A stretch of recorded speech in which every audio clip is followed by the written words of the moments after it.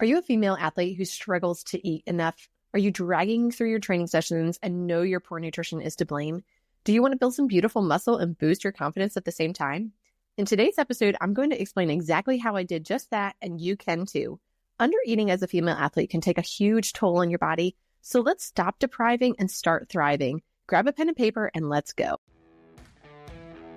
Do you wish you could look like you train as much as you do? Are you sick of scouring the internet for sports nutrition tips only to find information tailored to men? Do you wish there was a simple solution to fueling your body for your activity level? Are you ready to find freedom with food? It is possible to have balance between fueling your body for your sport and for enjoyment, and it's not as complicated as you may think. Can we say hello, food freedom? There's a way to have it all and eat your cake too, and I'm going to show you how. Hey, I'm Kristen, a former multi-sport athlete, a sports dietitian, personal trainer, and Jesus lover. In this podcast, you will find practical, sustainable fueling tips for female athletes that will set you free from diet culture, an ever-changing set of nutrition rules, underfueling, and underperforming. You'll learn how to put together a fueling plan that works for you, that doesn't require all the rules, tracking every morsel of food you consume, letting food consume your every thought, with Jesus at the center of it all. If you're ready to find a sustainable nutrition plan that works for you with your active lifestyle and is tailored to your unique physiology, break free from diet culture, and finally feel comfortable in your own skin, this podcast is for you. Whip up that smoothie, lace up your shoes, and let's jump in.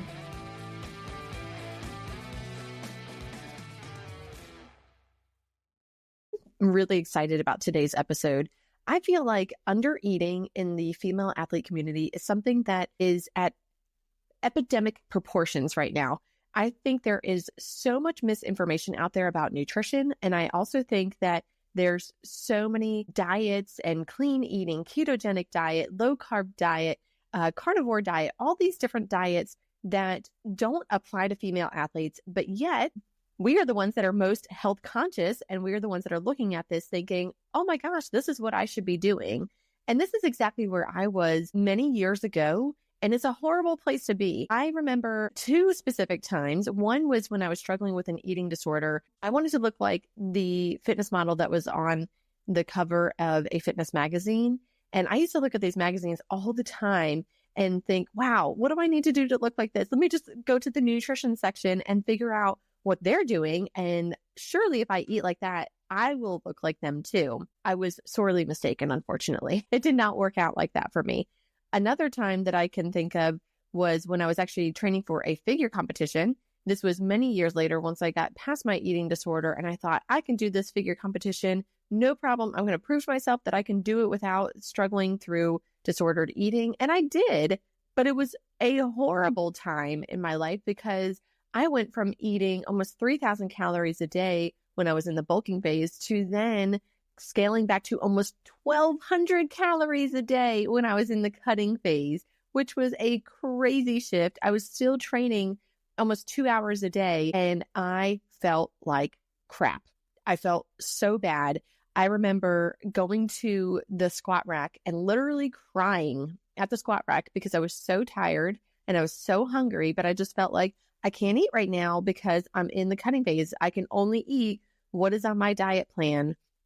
And you know what wound up happening? I actually developed red S. I was not able to sleep at night, felt like my gains just went down the drain. I was losing muscle. I actually wasn't losing as much fat as I would have liked because I wasn't fueling my body properly. I was actually just burning off muscle mass and not as much of the fat mass, which was my goal. Like I said, my performance just went down the drain, and I kept repeating myself to my husband. He one day asked me, are you going to be like this forever? Because we just kept having the same conversation over and over again. It was like we were getting nowhere because I couldn't think straight.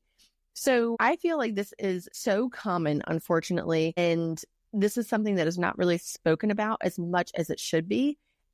And a lot of us just kind of crack it up to like, I'm forgetful or whatever. I just had a bad night's sleep, or I'm just having a bad day, and that's why my performance isn't that great. That's really not the truth.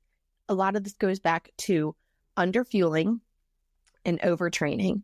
So let's talk about how we can get you out of this cycle of undereating and with a quickness. Number one is to understand sports nutrition and how all the different nutrients are needed in your body in order to make them work.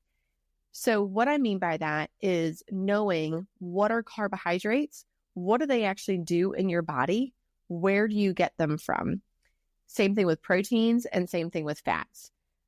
A lot of people, especially females, put this undeserved emphasis on carbohydrates and fats, thinking that they are bad for them, that they don't need them. And that's because of all the misinformation that's out there right now with all these diets, with carnivore and keto. I'll just throw paleo in there. There's so many things that are out there that just kind of get things jumbled up in our brain. When I really started to dig into the research and really started to learn why you need these things in your body and what they actually do beyond just, oh, carbohydrates gives you energy, but more so understanding like what happens on a cellular level, what happens to your hormone system when you actually eat these things. Like, for example, did you know that fat helps to produce hormones in your body? That actually helps you to menstruate.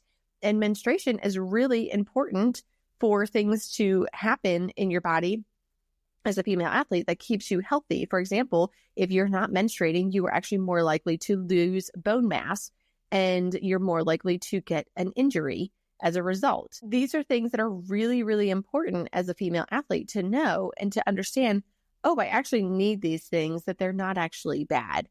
If you're not sure about some of these things, I'm going to drop some podcast links below for you to listen to.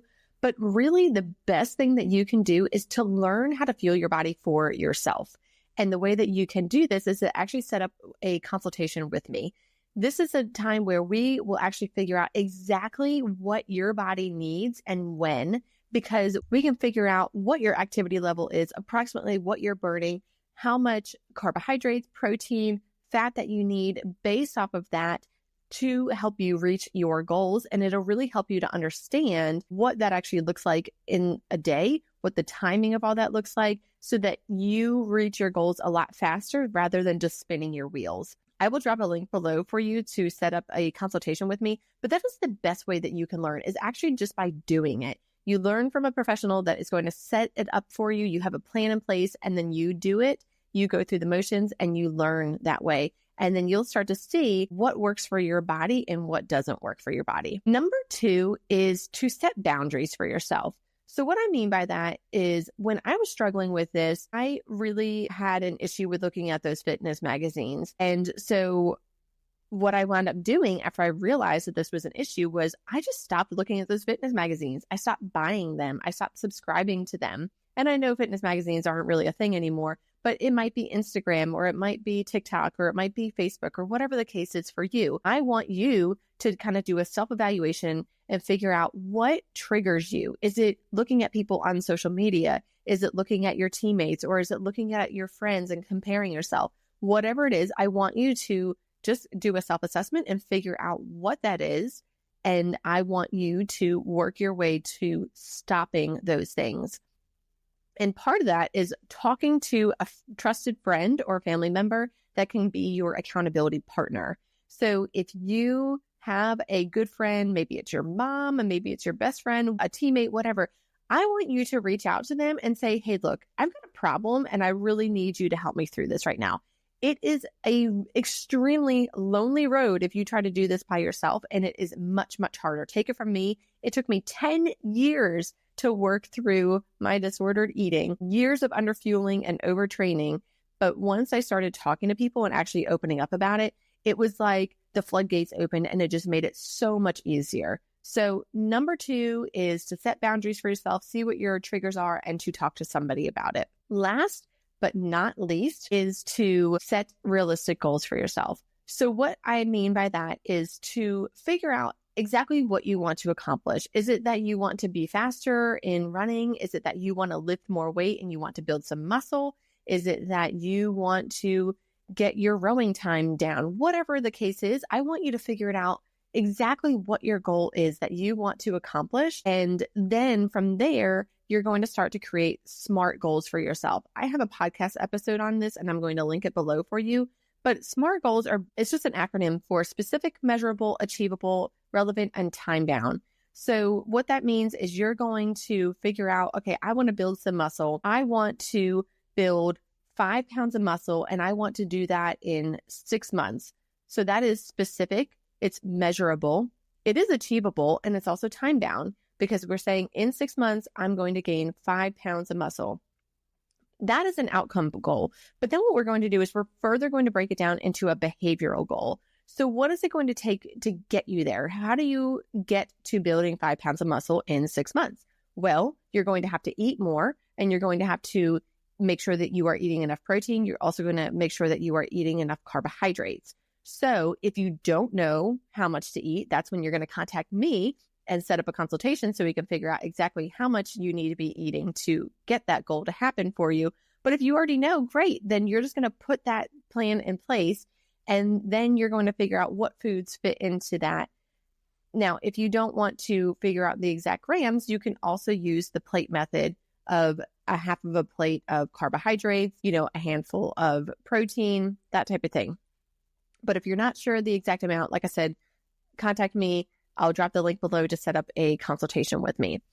You need to have those goals written down. If you don't have the goals written down, you might as well just forget that it's even a goal.